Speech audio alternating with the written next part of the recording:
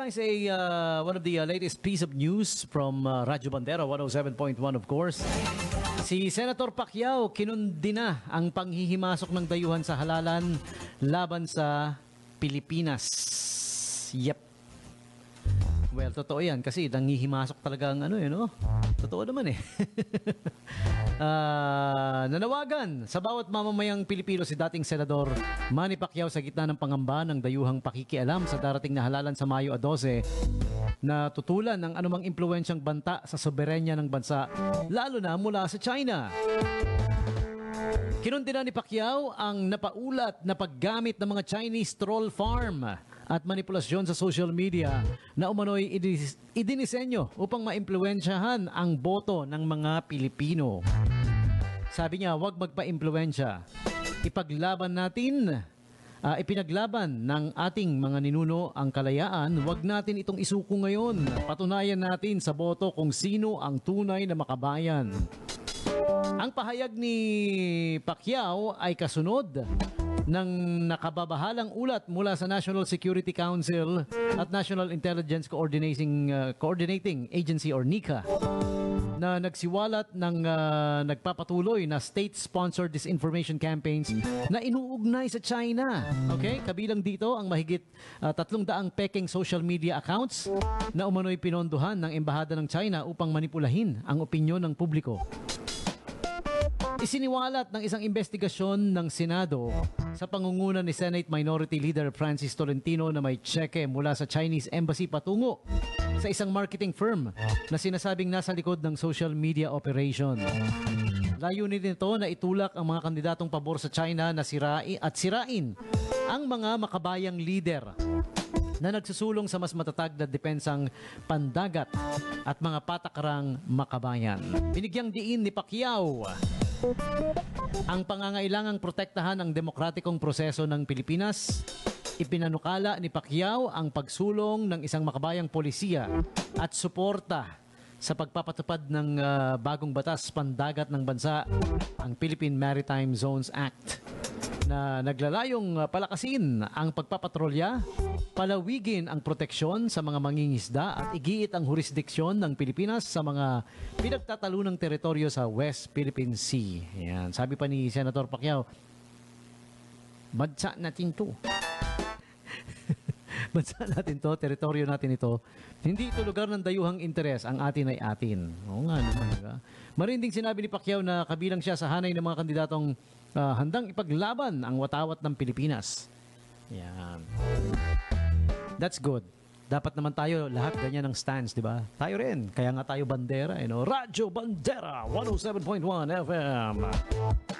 May mga modern day Makapili, You guys remember Makapili nung panahon ng Japanese occupation when we were still occupied by the Japanese? May mga Pilipinong ang tawag sa kanila Makapili. Tinuturo nila sino yung mga lumalaban, sino yung mga revolusyonaryo. Tapos may nakasaklob sa ulo nila na na kundi ba yung supot, parang gano'n. Sila ang Makapili. Ngayon may modern day Makapili. Ang mga Makapili ngayon nasa gobyerno, may Joseph leader, mga leader nasa gobyerno. What kind of leaders do we have, no? But ganyan, no? Kahit sa kahit sa trabaho di ba? May mga leader na alam mo 'yon. Ako nga may na-encounter ako nagnanakaw na, kinakampihan pa Ang lungkot, di ba? Nakakalungkot lang. May mga ganun, no? Gumagawa ng hindi maganda, dinudugas yung yaman ng gobyerno. Pero, pet pa siya, pet. Baka naman, kaya, siya pa yung pet, Sabi pa dati, whatever you have against him, I'm not gonna delve deep into that. Ay, patay, kumpare, Alright, so that's the latest piece of news for you guys. Yan, si Senator Pacquiao ay nagpahayag at kinundi na ang panghihimasok ng dayuhan sa halalan. Ano ba kasi problema ng China, no? Ba't laki ng problema ng China? Pati lang kayo manahimik, no? Laki-laki na ng bansa nila Alam niyo ginagawa rin nila yan sa alam niyo yung Uyghurs na na isa sa mga minority nila na kung tawagin ay Uyghurs. dahil iba yung kultura sa China, sa mga Chinese ano. Pero parte ng China kasi yung nakatira sila sa Xinjiang province eh. Well, actually, back then, hindi naman talaga Xinjiang province, hindi naman talaga China yon hanggang sa, alam mo na, nagbago yung panahon. So, nasakop nila yon, naging lugar nila. Eh, nandoon yung minority na yon na may sariling kultura, may sariling lingwahe. Parang ano eh, parang na-oppress, kawawa yung mga Uyghurs na yun eh. You guys look it up on YouTube, it's on YouTube. Millions of them are in something like a concentration camp, parang ganun. Parang ano, parang masahol pa sa ano eh, parang you guys remember the concentration camps of na kung saan yung mga pinaguhuli illegally, dinedetain illegally are the Jewish. Yun, it's like the same thing happening there. Kawawa naman. Dapat mabigyang tuon pansin ng ano yan eh, ng United Nations eh. 'Di ba? Matulungan sila. Pinapatay yung kultura nila eh, pinapatay yung lingwahe nila, yung nakasanayan nila, 'di ba? Ewan ko, what's wrong with this? Nothing against the Chinese people kasi nakasilimuho ko yan eh, yung mga Chinese. Nag-tour guide ako sa kanila eh. Mababait sila, masarap silang kausap, makukulit nga sila eh. Mahilig kumanta, mahilig makipagkwentuhan, kahit hindi kami nagkakaintindihan. Kagaya nung one time, nagtutour guide ako sana, sabi nung isang sumagot ako, oh, hindi ko rin alam kung ano yung sinabi ko, pero malay mo, baka tumama. Yun lang yun. Umaasa lang ako na baka tumama, parang gano'n. Tapos yung ano, nung dumating yung barko ng Chinese, nung cruise ship, 'di ba? Puro Chinese ang laman. Di winelcome namin. Hawak-hawak namin yung Chinese flag and the Philippine flag. Yan.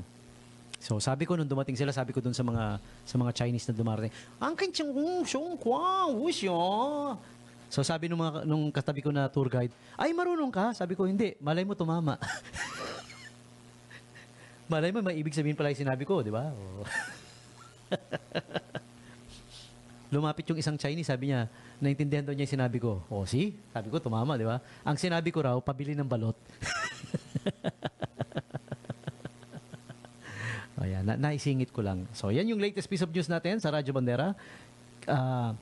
Senator Pacquiao, kinundi na ang panghihimasok ng dayuhan sa halalan. Laban para sa Pilipinas ito. Siyempre, yung eleksyon natin gaganapin. Well, alam niyo na yung ginagawa, di ba? It's in the news. May mga nanggagrab pa nga ng ng signal. May mga signal jammer na may sasakyan, may nakalagay na mga ganong equipment. Ang plano, ang layunin is manipulahin ang eleksyon na manalo daw yung mga pro-China. Allegedly, sabi, ha? Alright? That latest piece of news is brought to you by Angel's Pizza, introducing our new Bulgogi Gochujang Pizza, a bold fusion of sweet, savory, and spicy Korean flavors, loaded with tender bulgogi beef that gochujang kick and cheesy goodness in every bite. All right? Whether you're hanging out with barcadas or bonding with family or just treating yourself, all right? So check it out. Open from 8 a.m. to 10 p.m. Ready to serve you, dine-in, take-out, or delivery. So what are you waiting for? Huh? Drop by at Angel's Pizza, Olongapo today. Sama-sama sa Angel's Pizza. Okay? So you guys check it out. They have their Facebook page as well para makita nyo yung what they offer. Right? This is gonna be your new favorite. The Bulgogi Gochujang